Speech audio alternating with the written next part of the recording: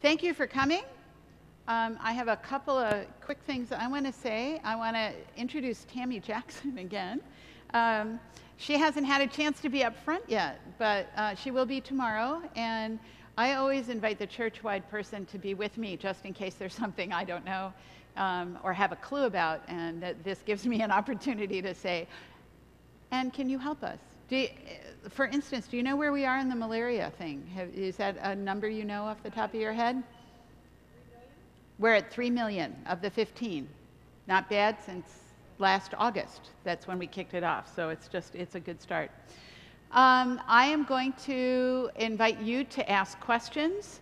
But I thought there were two things I thought I'd like to kind of talk about first, just to kind of kick it off, that I think you need to know about, and we're not talking about anywhere else in the assembly that I'm aware of. Did you have a question you wanted to start off with first? It was about the malaria campaign. Oh, it's about the malaria campaign. Go ahead. I was questioning about, didn't that start out as an inter-Lutheran campaign, and what happened with that, and how did that affect the impact? Okay, let me go ahead and start there since we've asked. Jim is asking that he remembers that it started out as an inter-Lutheran campaign, and what happened to that, and why has it turned out the way it is, and so on. It actually started out in a lot of different ways. And we were trying to coordinate with the Methodists, and we were coordinating with some others because there were some, we were really trying to make it way bigger than the Lutheran Church. What you might or might not be aware of is that our relationship with Missouri Synod has been tested. And they have pretty much said to us, we're not doing anything with you anymore.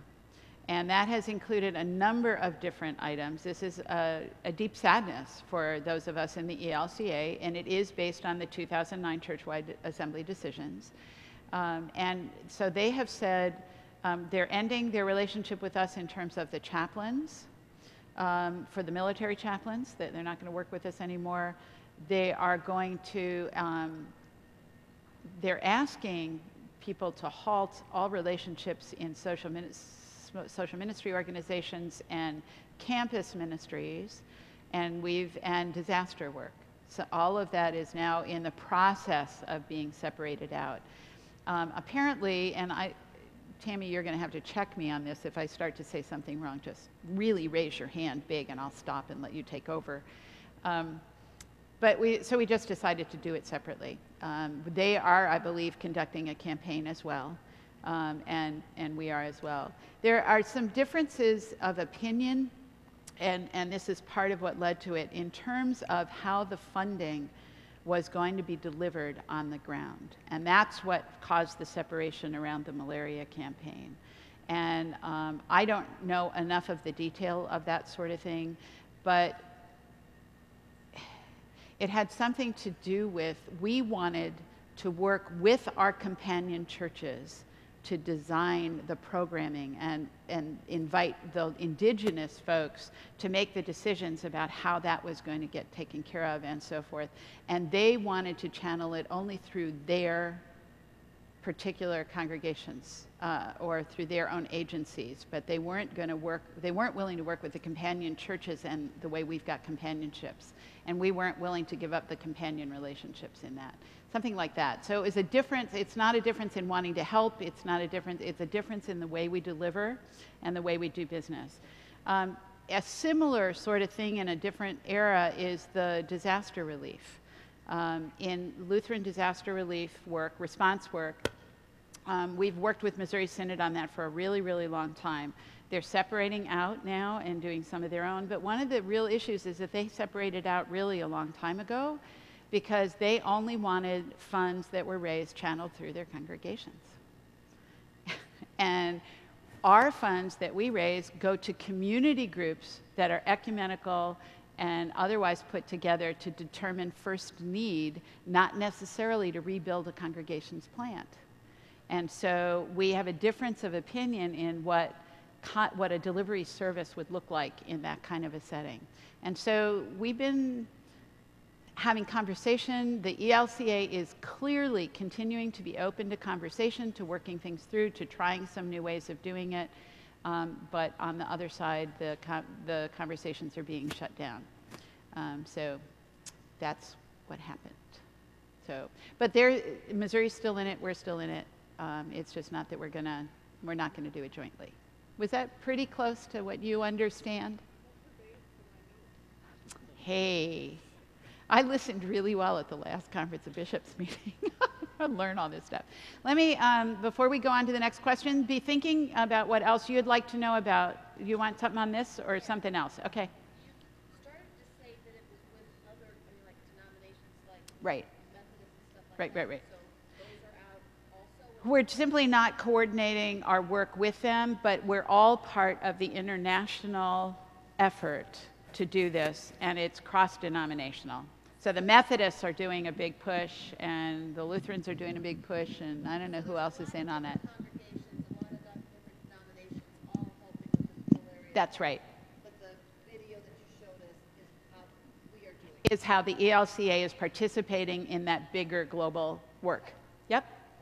Yeah, and it benefits synods and churches beyond the ones that we're a part of, but it's just that both of ours happen to be already receiving funds. And so we have a real tight tie to this in a way that some other synods whose companionships are in Czechoslovakia or in South America may not have anything to do with it as much. I have one personal word I want to say, just because a whole bunch of you have been asking, and it would be a lot easier to just tell as many of you as possible. Many of you saw Jim's name, my husband, in the Upstate Update, and have been wondering what we're praying for. My husband had cervical surgery, neck, on May 18th. He had a laminectomy back in '84, and this is kind of a long-term, 25 years later. It's the next stage of doing the work that needs to be done. Surgery went very, very well. He is healing exactly the way the doctor hoped he would be healing, and that means that he gets the neck brace off hopefully on June 28th when we next go back to the doctor. And until then, he cannot drive or lift anything heavier than a newspaper. Which is making our life fun, especially when I'm in Rochester, you know, for a couple of days. This is the first of 2 surgeries, so you will see his name on the list again when the next surgery gets scheduled. He had 2 discs in his neck that were a problem. He has 3 discs in his lumbar system and a cyst on his sciatic nerve where it connects to his spine. So we've been dealing with this for a really long time. He's been in a tremendous amount of pain. We're really hopeful for a long-term good recovery and result. But in the meantime, it's making my life a little crazy, as you might expect.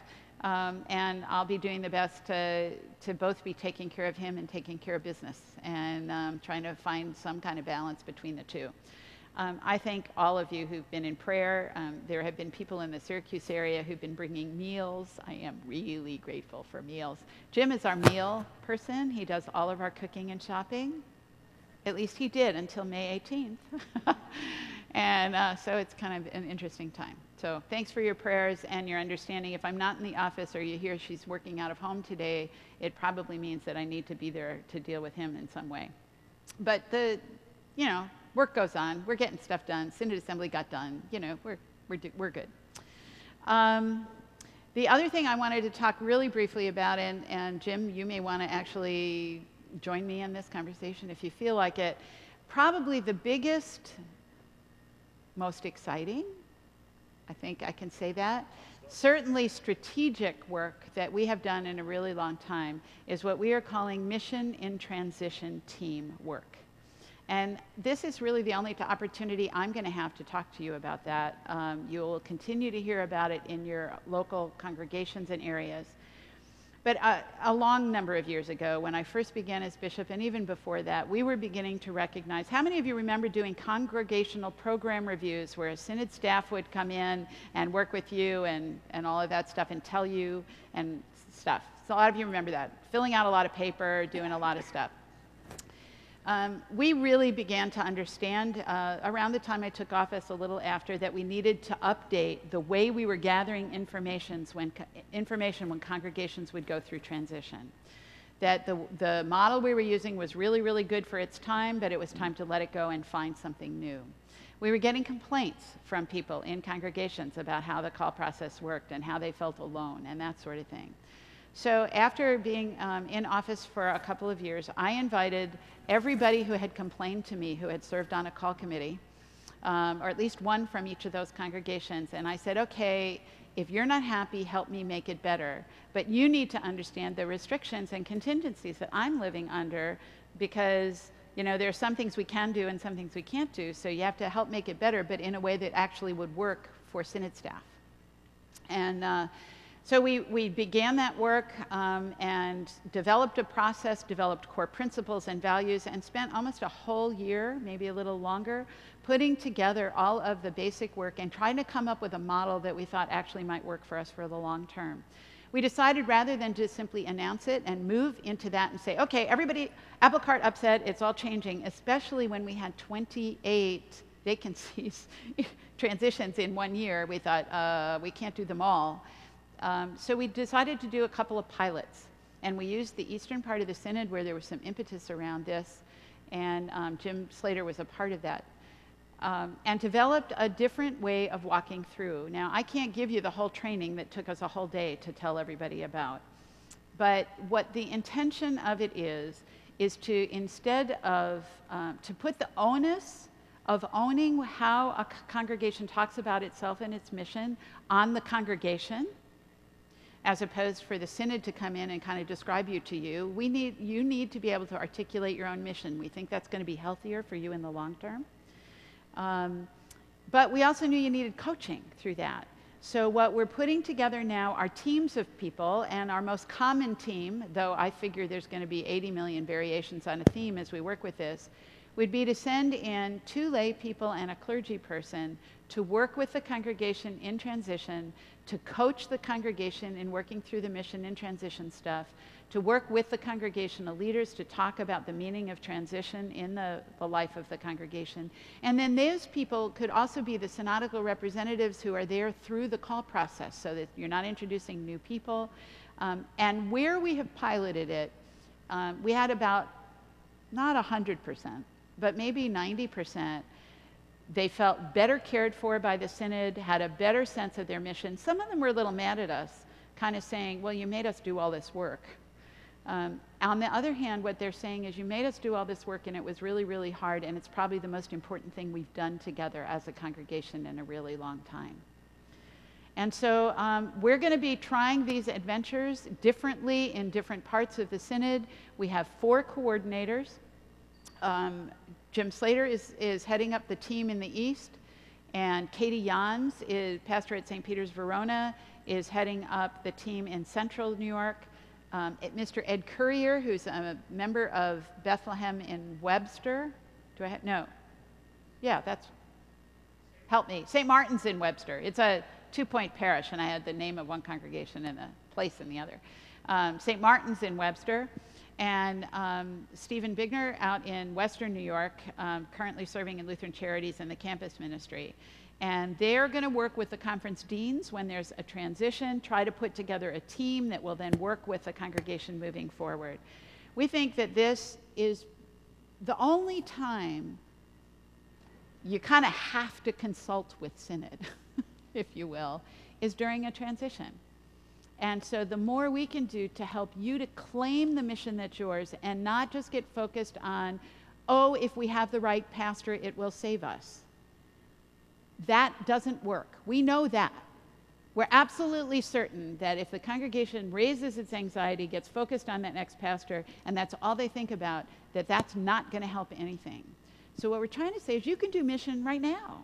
You can define your mission, and then when the new pastor comes, they're going to have a sense of where the train's already heading, and then you're going to be able to determine whether that's the right person to help you move that forward. That's about all I think I can say in a short amount of time. You'll be hearing more about it, but I wanted you to be aware of it. I think it's probably the biggest organizational, missional change that we've ever attempted in this Synod, because we've done it the way we've done it forever. So we're trying new things. When you try new things, they're not all going to work. So we're going to need your input. We're going to need you to be in conversation with us. What you need to know is that we took the people who were unhappy and let them help us redesign it. And they are part of now teaching it to new people, and it's very exciting. We have a lot of lay people. Almost everybody who's teaching it has been on a call committee. And so they are the ones who are going in and saying, well, this is how it worked in our place, and trying to help you to get through your transition. So I'm really excited about this venture. It's been 5 years in the making. We rolled it out. We had 40 lay and clergy leaders who were trained in May in order to work this process. So we're really excited about it. So I wanted you to know.